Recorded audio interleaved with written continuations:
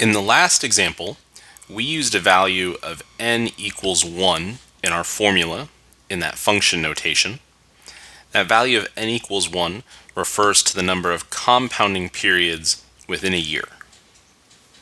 Interest can be compounded annually,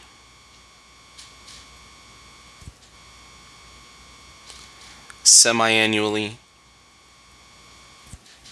quarterly, monthly, or daily.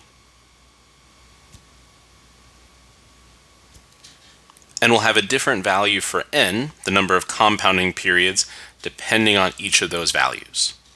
So in example 3, what we'll do is look at computing the future value of an investment with some specific given conditions.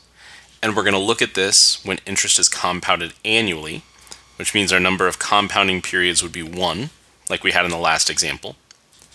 If interest is compounded semi-annually, then n is going to be equal to 2. Quarterly would mean 4 times a year. Monthly would mean once a month or 12 times a year. And daily would be n equals 365.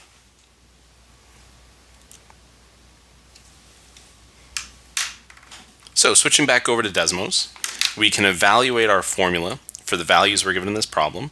So we'll find a of 6,948, comma 0.0325, a time of t equals 12 years, and so we want to start with this being compounded annually. We'll plug in a value of 1, which would give us $10,198.60. To look at this for our remaining compounding periods, we could change this 1 at the end to a 2. So now we're compounding twice a year or semi-annually. The value of that investment becomes $10,229.94. We can bump that up to 4, 12, and 365 to generate each of those different values based on those different compounding periods.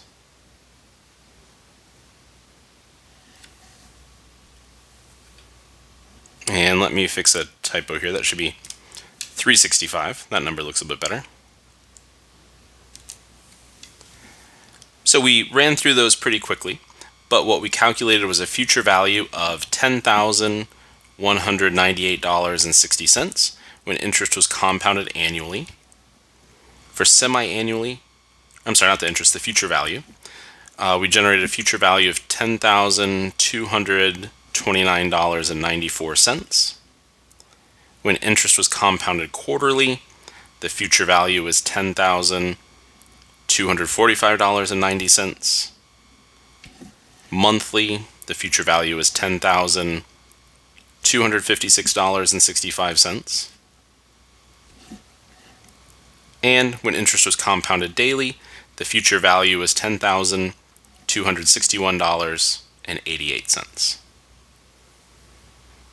In the first pair of examples, we saw how compounding interest annually generated a better investment, more value for that investment than applying interest with simple interest. Now the pattern that we can see is that as we increase the number of compounding periods, the future value of that investment grows as we add more compounding periods.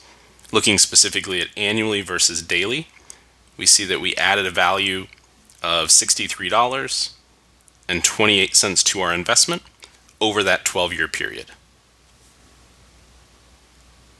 Meaning again that compound interest grows an investment faster than simple interest, and the more compounding periods applied within a year, again, the faster that investment will grow.